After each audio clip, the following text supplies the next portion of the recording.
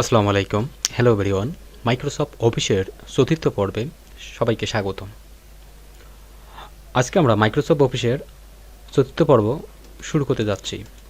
আপনারা যারা আমাদের মাইক্রোসফট অফিসের তৃতীয় পর্বটি দেখেন নাই, তাহলে আপনার বোঝা এবং বুঝতে সুবিধার জন্য আমাদের তৃতীয় পর্বটি দেখে আসতে পারেন। তাহলে আপনাদের চতুর্থ পর্বটি বোঝা অনেক সুবিধা হবে।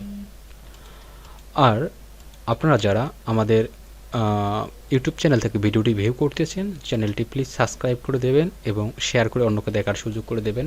এবং যারা ফেসবুক পেজ থেকে ভিডিওটি ভিউ করতেছেন, ফেসবুক পেজটি ফলো আপ করে অন্যকে দেখার সুযোগ করে দেবেন। আমরা মাইক্রোসফট অফিসের তৃতীয় পর্বে আমরা শেষ করছিলাম এইসব মেনু, কাভার, ব্যাকগ্রাউন্ড, এখান থেকে শেষ করলাম। আজকে আমরা দেখব মাইক্রোসফট অফিসের চতুর্থ পর্বে টেবিল থেকে এসব মেনুগুলোর কাজ। আসলে আমি যতটুকু আমার জ্ঞান বা যতটুকু আমার যোগ্যতা আছে এই কাজের সম্পর্কে, আমি অতটুকু আপনাদের বোঝার চেষ্টা করব ইনশাল্লাহ। আপনারা বেশি বেশি এগুলো বিষয়ে জানার পর যারা নতুন আছেন এক্সারসাইজ করবেন এবং প্রচুর পরিমাণে এগুলো সময় দেবেন এবং ঘাটাঘাটি করবেন কোথায় কি আছে, তাহলে আমার চেয়েও আপনারা বেশি বুঝতে পারবেন। ঠিক আছে? তা সর্বপ্রথম আমরা টেবিল মেনু থেকে কি কাজ বা আসলে টেবিল মেনুর কি কাজ পরে টেবিল মেনুতে ক্লিক করলাম। আসলে আজকে আমরা টেবিল মেনুর বিষয়গুলো জানি, তারপর এদিকে পাশেরগুলো মেনুগুলো কি কি কাজ আছে। টেবিলটা হচ্ছে আপনাদের বিভিন্ন ধরনের চারিত্রিক পত্র বা আপনাদের জীবন বৃত্তান্ত বা বায়োডাটা বলে আর কি, যেটা বলে এগুলো কাজের জন্য আপনাদের প্রয়োজন পড়ে ইনসার্ট বা টেবিলগুলোর। তাছাড়া অসংখ্য অফিসিয়াল কাজের জন্য টেবিলের অত্যন্ত গুরুত্বপূর্ণ। টেবিল অনেক অনেক কাজের জন্য টেবিল প্রয়োজন হয় বা অনেকে দিয়ে থাকে। সাপোজ আমি যখন আপনার মাউস পয়েন্টারটা আপনার লক্ষ্য করেন, আমি যখন পেজে লক্ষ্য করবেন আমি মাউস পয়েন্টারটা যেখানে নিয়ে যাচ্ছি বা কার্সরটা, সেখানে অটোমেটিক শো করতেছে আর কি। আমি যেখানে ক্লিক করতেছি অটোমেটিক বাড়তেছে। ঠিক আছে? আপনারা এগুলো নিতে পারবেন এখান থেকে। তাছাড়া যদি চান আপনাদের প্রয়োজন অনুযায়ী আপনারা এটা কাস্টমাইজ করে নিতে পারেন। কাস্টমাইজ করার জন্য কি, আপনারা যখন ইনসার্ট মেনুতে ক্লিক করবেন তাহলে আপনার কাছে আরেকটা নতুন অপশান চলে আসবে বা নতুন একটা পপ আপ আইকন চলে আসবে। এখান থেকে আপনারা সিলেক্ট করে দিতে পারবেন আপনাদের প্রয়োজন অনুযায়ী। আমি সাপোজ এখানে প্রথমে লেখা আছে ইনসার্ট টেবিল, লক্ষ্য করেন লেখা আছে ইনসার্ট টেবিল। ঠিক আছে? ইনসার্ট টেবিল লেখা আছে এখানে। ইনসার্ট টেবিল প্রথমে আছে নাম্বার অফ কলাম। আপনার কলাম কয়টা সিলেক্ট করে দেবেন। নাম্বার অফ রো, আসলে কলাম এবং রো অনেকে যারা নতুন বুঝবেন না কলাম কীরকম দেখতে, রো কীরকম দেখতে, তাহলে আমি দেখাচ্ছি আপনাদের। আপনি একটু লক্ষ্য করেন। আমি সর্বপ্রথম সিলেক্ট করে দিই, আমার কলাম লাগবে, আমি নেব 6টা কলাম নেব। রো কয়টা প্রয়োজন পড়তেছে, রো নিলাম আমি 6টা বা রো নিলাম আমি 4টা। দেওয়ার পর এগুলো যা থাকে আপনার তাই ডিফল্ট থাক, আপনি তারপর জাস্ট ওকে করবেন। করার পর আপনার কাছে এভাবে একটা শো করবে। ঠিক আছে? তারপর এখানে লক্ষ্য করেন কলাম এবং রো। ঠিক আছে? কলাম দেখতে কীরকম এবং কলাম কীরকম দেখতে এবং রো কীরকম দেখতে। ঠিক আছে? আপনারা ডিফল্টার এই যে অপশানটা দেখতেছেন, এই যে একটা মার্জিন বলে আর কি, বা মার্জিনের মতন দেখতে, এটাকে বলা হচ্ছে রো। ঠিক আছে? রো। তারপরে দেখেন এখানে প্রত্যেকটা মার্জিনে বলা হচ্ছে রো। ঠিক আছে? আমি যে ডিফল্টার সাইডটা সিলেক্ট করে দিয়েছিলাম রো, সাইডটা এখানে শো করতেছে। ঠিক আছে? আর কলামটা কীরকম, কলামটা হচ্ছে আপনার এই যে এটা হচ্ছে কলাম। ঠিক আছে? এই যে এখানে একটা কলাম, এখানে কলাম, এখানে কলাম, এখানে কলাম। ঠিক আছে? এগুলোকে বলা হচ্ছে কলাম। ঠিক আছে? এই যে এগুলোকে বলা হচ্ছে কলাম। কলাম আমি শো করে দিয়েছিলাম 6টা, এখানে 6টা কলামে শো করতেছে। ঠিক আছে? তারপর এখান থেকে আপনারা আরও এখানে লক্ষ্য করেন টেবিল স্টাইল। আপনারা টেবিল স্টাইলটা কীরকম নিতে চাচ্ছেন এগুলো নিতে পারবেন। ঠিক আছে? Table style. তারপর টেবিল স্টাইলের শেষ টেবিল গেলাম, টেবিল থেকে টেবিল স্টাইলে ক্লিক করলাম। ঠিক আছে? টেবিলের থেকে টেবিল স্টাইল। ঠিক আছে? তারপর আছে ডিফল্ট আর ম্যানুয়ালি আপনার কাজের জন্য এগুলো অত স্টাইলের প্রয়োজন পড়ে না, তবে আপনাদের কাজের অনুযায়ী আপনি নিতে পারবেন। তাছাড়া এখানে এগুলো তো আমরা গত পর্বে দেখছিলাম। ঠিক আছে? তারপর আমরা দেখব ইনসার্ট থেকে পিকচার কিভাবে সেট আপ করতে হয়। ঠিক আছে? পিকচার কিভাবে সেট আপ করতে হয়। ঠিক আছে? তারপর আমরা দেখতেছি পিকচার কিভাবে সেট আপ করতে হয় পেজের মধ্যে। আমি এটা রাইখে দিয়েছি এভাবে ডিফল্টভাবে। তারপর আপনারা যখন ইমেজ বা পিকচার সেট আপ করবেন, আপনার পাশে টেবিলের পাশে লক্ষ্য করেন, টেবিলের পাশে আছে পিকচার। ঠিক আছে? এই পিকচার আপনারা দিয়ে আপনারা ভেতরে বা আপনার এই পেজের মধ্যে পিকচার নিতে পারবেন, ইনসার্ট করতে পারবেন। ঠিক আছে? আমি এটা একটু ডিলিট করে দেই। আমি একটু ডিলিট করে দিচ্ছি, ওয়েট করেন। না, আমি ডিলিট করি নাই। আর এখানে ডিলিট করবো না, আর একটু বেশি মিস্টেক হয়ে গেছে। সেটা হচ্ছে আপনার এখান থেকে আরও স্টাইল নিতে পারবেন।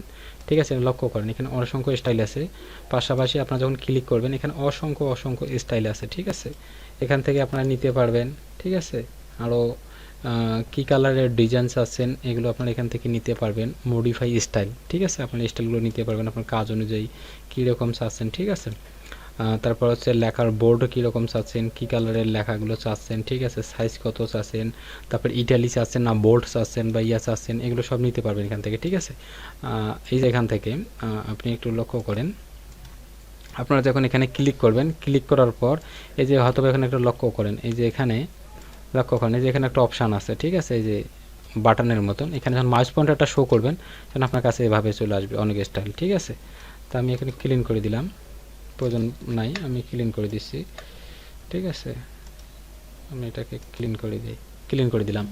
ঠিক আছে, তারপর আমরা দেখব পিকচারের কাজটা পড়বে আপনার যে পেজের মধ্যে অনেকে হচ্ছে ডিজাইন করার জন্য কোনো ইমেজ বা পিকচার নিয়ে আসতে চাচ্ছেন, সেক্ষেত্রে আপনারা যে পিকচারে ক্লিক করতে পারেন। পিকচারে ক্লিক করলে আপনার কাছে ডেস্কটপ মেনুতে নিয়ে যাবে বা আপনার যে ফাইল আছে ফাইলেকে শো করবে। আমি সাপোজ এখানে অসংখ্য কাজ আছে, আমি সাপোজ এই স্টিকারটাকে নিয়ে আসি, আমি ক্লিক করলাম, ক্লিক করার পর আমি এই স্টিকারটাকে এখানে শো করতেছি। ঠিক আছে, এই যে আপনারা সাইজ কমাই করে নিতে পারবেন, বাড়াই নিতে পারবেন, পাশে হচ্ছে স্টাইল নিতে পারবেন। ঠিক আছে, এই যে পাশে যে ফটো স্টাইল, এখানে লক্ষ্য করেন ফটো স্টাইল, অসংখ্য ফটো আছে, এখানে আপনারা স্টাইল করে নিতে পারবেন। ঠিক আছে, এখানে যে প্রত্যেকটাতে ক্লিক করেন আলাদা আলাদা স্টাইল হয়ে যাচ্ছে। ঠিক আছে, এগুলো আপনারা দেখে নেবেন। পাশাপাশি পিকচার বোল্ড বা কালার কীরকম হবে, ঠিক আছে, ফ্রেমের কালার মানে বোল্ড কীরকম হবে এগুলো দিতে পারেন, ব্যবহার করতে পারেন। তারপর ওপরে আছে পিকচার শেপটা কীরকম হবে। ঠিক আছে, এই যে লক্ষ্য করেন এখানে প্রত্যেকটা পিকচার বলে শেপটা আছে। ঠিক আছে, শেপটের কাজ একটু পরে আসতেছি আমরা। তাহলে গেল আপনার পিকচার স্টাইলের কাজ। এখান থেকে আপনারা বেশি বেশি এক্সারসাইজ করবেন, তাহলে আপনাদের জন্য অনেক সুবিধা হবে। তারপরের যে অপশানটা হচ্ছে চিপস আর্ট, এটার কোনো প্রয়োজন নাই, তবে শেপটের প্রয়োজন আছে, কারণ শেপটের অনেক কাজের জন্য, নির্দেশনার জন্য শেপটের গুরুত্বপূর্ণ অনেকগুলো কাজ হয়। যারা আর্ট করে তাদের কোনো শেপটের প্রয়োজন হয়।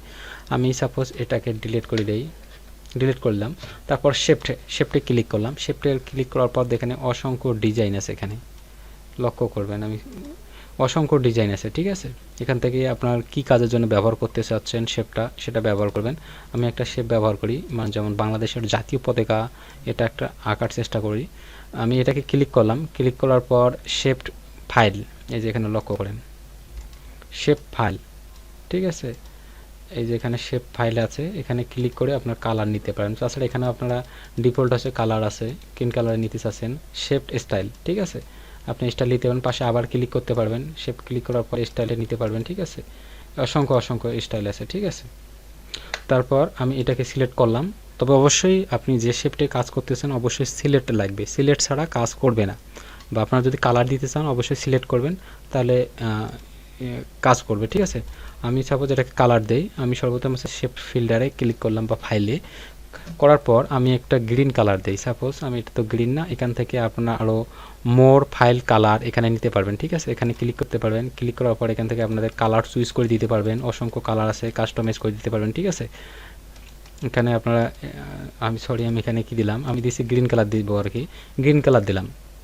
তারপর শেপ আউটলাইন, এখানে আবার শেপ আউটলাইন দিতে পারবেন। ঠিক আছে, তারপর হচ্ছে শেপ, অনেকগুলো আবার শেপ পাবেন। তারপর আমি চাচ্ছি আবার একটা বৃত্তকার আঁকবো আর কি, একটা পতাকা বিষয়গুলো বা একটা পতাকা কীভাবে তৈরি করতে আমি দেখাই, বা এই শেপটা আর কি আপনারা যত এক্সারসাইজ করবেন আপনাদের জন্য অত্যন্ত আরও ভালো মানের ডিজাইন তৈরি করতে পারবেন। ঠিক আছে, আমি এটা ক্লিক করলাম, করার পর আমি আবার ফিল্টারে দিলাম, দেখেন রেড কালার দিলাম, তাহলে হচ্ছে এটা ব্যবহার করলাম। আপনারা এখান থেকে আরও ড্র্যাগ অ্যান্ড ড্রপ করে নিতে পারবেন, মানে ছোটো করতে পারবেন, বড় করতে পারবেন। ঠিক আছে, এখানে যখন ক্লিক করবেন, ক্লিক করে লক্ষ্য করেন এখানে আবার 3D করে নিতে পারবেন। এখানে পাশে ক্লিক করেন, যেমন এই শেপটাকে আমি ক্লিক করলাম, ক্লিক করার পর এখানে লক্ষ্য করেন, আপনারা যখন লক্ষ্য করেন এখানে আরও অনেকগুলো অপশান চলে আসে। ঠিক আছে, এখানে অসংখ্য আরও অনেকগুলো অপশান চলে আসে। ঠিক আছে, এখানে দেখেন 3D কালার, বা শো কালার এগুলোর কাজ কী পড়ে আমি একটু লক্ষ্য করি বা এখানে একটু দেখাই। আমি যদি 3Dতে নেই, ক্লিক করি, 3Dতে লক্ষ্য করেন এখানে আমি যখন যেখানে মাউস পয়েন্টারটা নিয়ে যাচ্ছি আপনারা পতাকার ভিতরে বৃত্তকারে লক্ষ্য করেন অটোমেটিক চেঞ্জ হয়ে যাচ্ছে। ঠিক আছে, এগুলো হচ্ছে 3D। ঠিক আছে, এখান থেকে আরও অনেকগুলো অপশান পাবেন। দেখেন এখানে যদি আরও 3D কালার নিতে চান এখানে কালার নিতে পারবেন। ঠিক আছে, সুইচ করে দিয়ে কালার নিতে পারবেন। তারপরে এখানে লক্ষ্য করেন, তারপর আবার হচ্ছে এখানে অসংখ্য ডিজাইন আছে বুঝছেন, বা এগুলো হচ্ছে 3D কালারের। এগুলো আপনারা দেখে নেবেন বা আরও সময় দেবেন প্রচুর পরিমাণ, তাহলে আপনার জন্য আরও অনেক কিছু দেখতে পারবেন। ঠিক আছে, আমি আর কিছু দেখাচ্ছি না, এ পর্যন্তই থাক তাহলে আজকের ভিডিওটা। আগামী পর্বে আমরা নেক্সট পরবর্তীতে এইসব চার্ট বা স্মার্ট চার্ট এগুলো বিষয় নিয়ে আলোচনা করব। ঠিক আছে, আজকের ভিডিওটা এ পর্যন্তই। ধন্যবাদ, আসসালামু আলাইকুম।